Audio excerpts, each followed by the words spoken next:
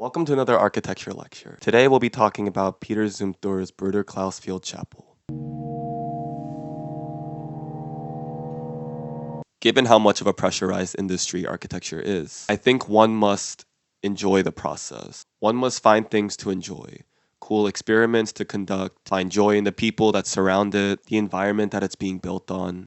That's why they must enjoy the concepts, they must enjoy materials, and that's why I want to talk about Peter Zumthor's work. More specifically, I want to talk about this Bruder Klaus Field Chapel, as I think it's one of the coolest projects ever, and it's stored in my archive for just having one of the coolest processes and stories to go along with a building.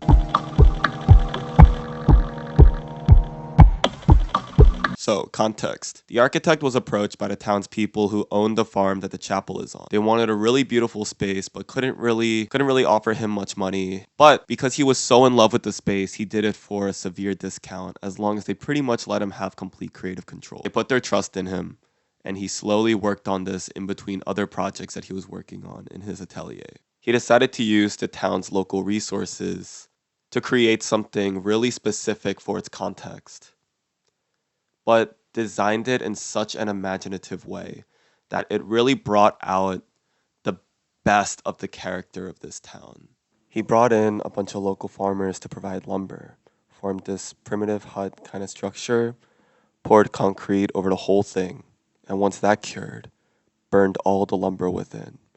And now the final result is this burnt concrete shell. And what's so cool about that? Well, that can be explained by explaining what the concept of phenomenology is and how that applies to architecture and Peter Zumthor's work. Peter Zumthor belongs to the school of phenomenology in how it relates to architecture. Phenomenology is the architectural school of thought, aiming to embody the philosophy of phenomenology. So basically, it strives for an architecture that really accounts for the conscious lived experience, focusing on the occupant's experience of the building through their senses. And one of the seminal readings for this way of thinking is Eyes of the Skin by Juhani Pallasmaa. This book argues that architecture emphasizes too much on one sense, vision, and not enough on the others, like the five senses, like sight, hearing, smelling, touching, and tasting. He argues against the historical patriarchal dominance of sight as the primary sense to be engaged in architecture. He argues more for an architecture that engages multiple senses and creates an atmosphere by designing its experience to account for touch, smell, and sound in addition to vision. He argues that the eye collaborates with the other senses. One sense of reality is strengthened and articulated by this constant interaction. A walk through a forest is invigorating and healing due to the constant interaction of all sense modalities. So here is an argument for the unification of the mind and body and how it confronts the world, strengthening its sense of reality and presence.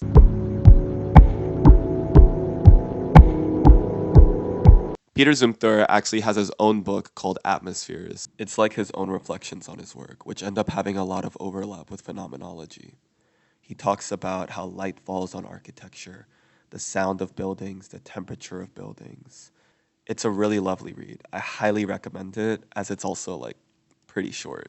He once taught a studio at Harvard GSD and once gave a prompt to design a house, but he said, "You have to present the design of your house, but you cannot draw plans in sections." And that's a good way to summarize a lot of the sentiment behind his work. His work is often all about the stuff that's around architecture. Some would identify Peter Zumthor's work as being of the school of critical regionalism. So the best way I can describe critical regionalism is by describing what it's not. It's a response to modern architecture, which had something called international style, which made it placeless and lacking ornamentation or indicators of where it was from. So to describe it more head on, right? It is a mindful approach to designing and building in the building's context, like incorporating global influences, as well as staying rooted to the building's site and context. That's why it's fitting to me that this building is like a ghost of the land that it's built on. Its process is made of something that so earnestly comes from the land. And they burned all of that to, create space and also interesting material effects. And the way that this charred wood interacts with the stone like monolithic monumentality of the concrete, it gives it this like really crazy cave like quality. Additionally, I want to call attention to these great design details. There are these glass rods that penetrate the building, letting light in from the outside. They make it look like it just rained in this cavernous space. And look at this small altar and this small reflecting pool. The floor is this metallic surface reflecting all the bits of light. But then it also has this open aperture to the sky. Like, it's just so beautiful, man.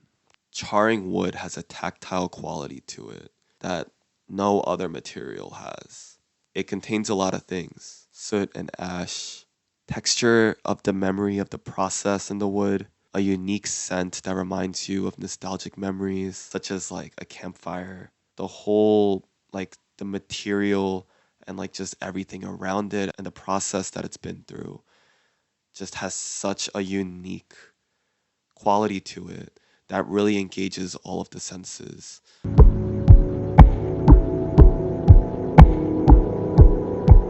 What makes this project so interesting is the process and how that resulted in one of the strangest but most beautiful buildings.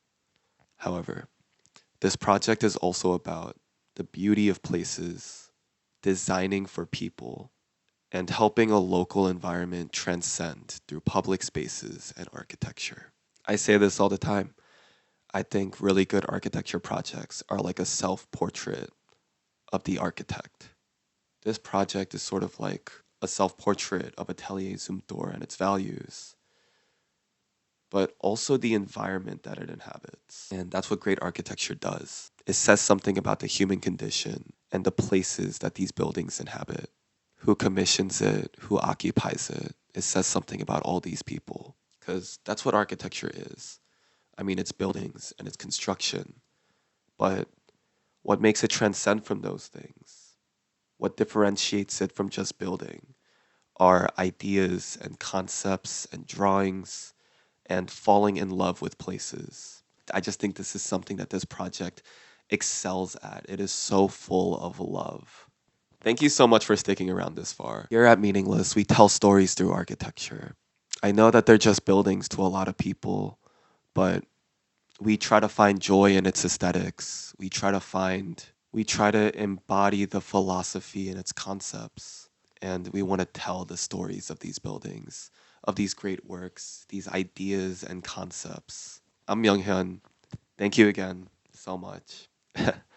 And I'll see you later. Take care. See you next time.